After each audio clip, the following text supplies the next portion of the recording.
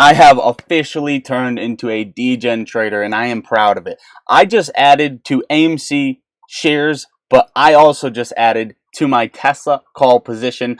I'm an absolute maniac. This is how I exactly want to start the year. I didn't use stop losses on Tesla.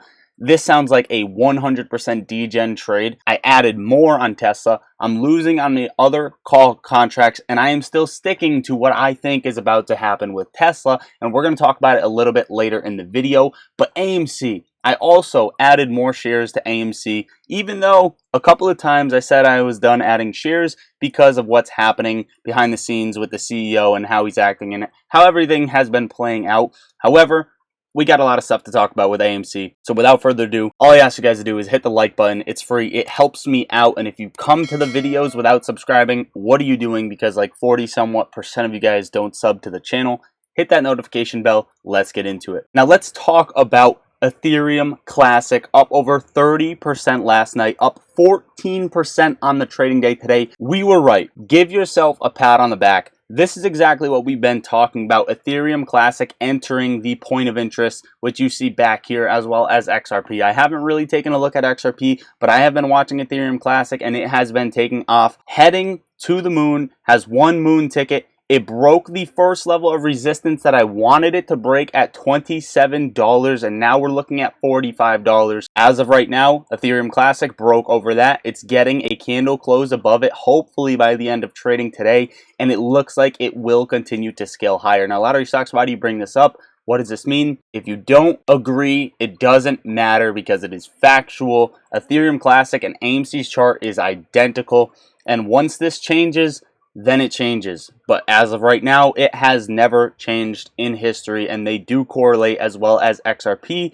which means AMC, in my opinion, is about to make a move higher, which is exactly why I purchased shares. But not only me, somebody, an insider, for once, for the first time this year, purchased AMC. Chief Accounting Officer for AMC just bought shares, which is the first insider of the year. Finally, somebody else adding shares from the inside of the company, thinking that, okay, now this company's undervalued, and now maybe they know something that's coming forward. Also, not just us two, but AMC had another order imbalance of 91,808 shares on the buy side, so they couldn't match sellers, and this amount could very much so be retail, all grouped up, purchasing AMC. Touching on AMC's chart before we get into the data, before we get into the numbers, this is what we've been tracking. This trend line has touch points since IPO. We are almost at the low. I don't think we hit it just yet. We're down 3.56% on the day, trading at $4.74, and I still think at least $4.35 has to get hit on AMC, and we have not touched there yet. With that being said, expect a flash down with more volume on AMC to bring it lower before we have a move higher. And I also stated in the previous video I will have buy orders at $4 just as additional shares if it does get that low. Touching on the numbers before we get into GameStop's chart, 2.8 million shares available to borrow on AMC, 81,000 calls expiring out of the money, so this premium is being handed to market makers for this week. 23,000 puts expiring in the money compared to 1,000 calls,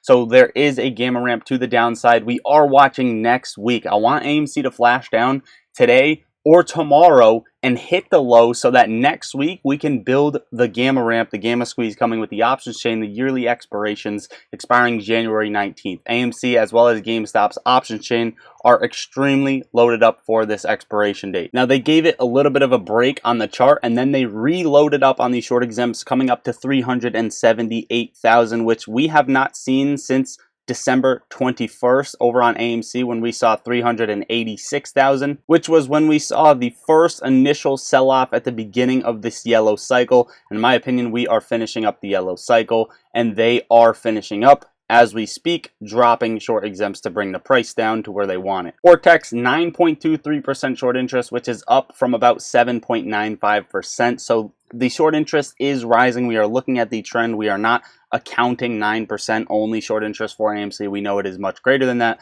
but the trend is up, which is what we do want to see as well. GameStop, $15.40, down 2% on the day. What I'm watching for GameStop is we have a bearish case scenario as well as a bullish one drawn out. And overall, we're watching everything to correlate to GameStop or vice versa. And ultimately, we're watching for a break back over $18.35.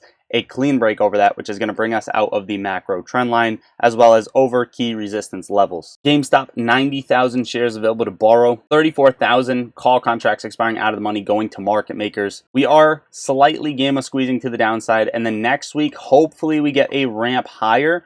But again, there is a bull bear case scenario, and they are both lined up for GameStop to move one way or the other. And once it does next week, it's going to be a hard move, to say the least. So hopefully, fingers crossed, we get that move higher with over 400,000 call contracts being bet on GameStop. Short exempts died down a little bit yesterday to 5,000. Still slightly high for GameStop day in and day out. Now, FTDs at the DTCC. After starting out the year at 22.22 billion, Treasury settlement failures at the DTCC has resumed their upward trajectory of 36.81% in the last 2 days to 30.4 billion on January 9th, 2023. For context, Treasury settlement failures at the DTCC ended 2023 at 70.16 billion on December 29th, 2023. Now, I'm not going to cover this entire thing, but instead, I'm going to bring you down to the too long didn't read, and it's basically that firms that fail to deliver or settle Treasury securities in the time to settle a trade at the DTCC will not receive a penalty fee until the EFFR is less than 3%. But the EFFR has not been less than 3% since September 9th, 2021, when it was 2.33. So firms have not paid fees for failing to deliver Treasury securities, aka FTDs, at the DTCC for 584 trading days. So firms also don't care about their FTDs at the DTCC because there is currently no charge. But let's dig a little deeper. In the last 6 months, firms failed to deliver over $8 billion worth of Treasury securities at the DTCC. If the effective federal funds rate was 2.75% over the period, the DTCC could have collected over $5.6 billion in fees over the last 6 months. But instead, firms that FTD'd at the DTCC did so at no charge. Moving on, before we get into the SPY, crypto, as well as Tesla, all I ask you guys to do, get in the Discord. I'm in there on the daily. We talk stocks all day long, post gains, post losses. We also have options trading alerts in there, and overall, best people are in Discord. So if you want to level up your trading journey, it's a coffee a month. Come talk with me. Come talk with the most amazing people. Whether you're an advanced trader or beginner trader, this is a place to go. There are no bad questions, and there are a ton of other benefits. This link is right under the video, and I will pin it in the top of comments alongside the Moomoo link, where you can get 15 free stocks for just signing up and depositing into your Moomoo account. Yes, Moomoo keeps your money insured just like any other broker. Everything is protected. They're getting level 2 order book data for free, so you can see where whales add or sell off shares, which you have to pay for on several other platforms.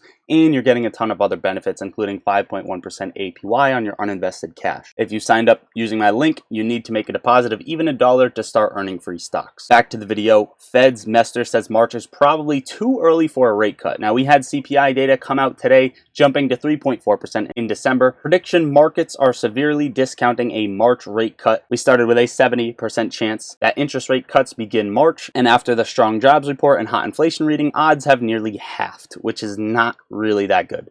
Yet markets are still pricing in 6 rate cuts in 2024, which is double what the Fed is guiding, which could be bad for the SPY. However, exactly what we called out for the SPY coming up, a retest on this level, and then coming back down. I said we may need to retrace back down to 472.70 before retesting this level. Instead, we did the opposite. We retested, then came back down to base. We want to see this volume candle close where it's at, or slightly higher. We don't want to see volume surpass yesterday. We want to see volume low today on this push down, basing off of this support, and then volume to grow once again. In my opinion, the SPY is building up strength, building up momentum. It's consolidating up here so that we can push back over 480. If the SPY does need a cool off, if volume doesn't pick up, watch 465, and then one last push higher to break over the all-time highs. Tesla, I'm a DGen. I will post the trades right here. I added to my Tesla calls, down 3.2% on the day, 226.46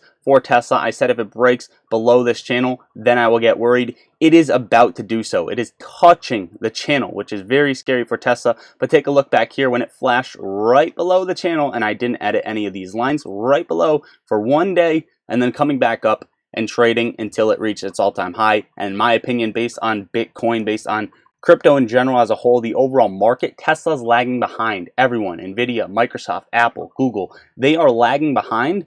And in my opinion, we are going to make the most out of it going forward. I think this bearish move is almost done, if not completely done. Moving on, Bitcoin market cap is now higher than Tesla, Facebook, and Berkshire Hathaway. Bitcoin trading at 46,220. We perfectly called this out as well this entire bull cycle, and I don't think it is over, but we may hit a large wall of resistance pretty soon for Bitcoin, and I would watch for a base at 40K, if not 38 for a bottom, if we do hit that hard resistance. But I just want you to know, if Bitcoin does break higher, I'm watching the fib right around 54,000. That is my next level on Bitcoin, and then coming up to about 60K where there is also resistance. Again, we are coming up to the halving, so either way, long-term hold for me. SEC has approved 11 spot Bitcoin ETFs according to the filings, and JP Morgan CEO says that Bitcoin holds no value, associating it with concerns like sex trafficking, tax avoidance, money laundering, and terrorism finance. Yet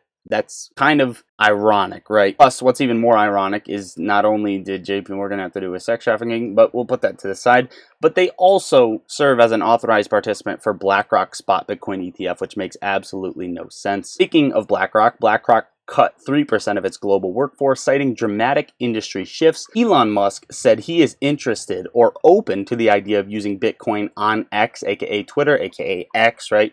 And finally, Microsoft just surpassed Apple in becoming the largest market cap in the world. Overall, guys, that's what I got for you for today's video. Hopefully you enjoyed watching or found value out of the video.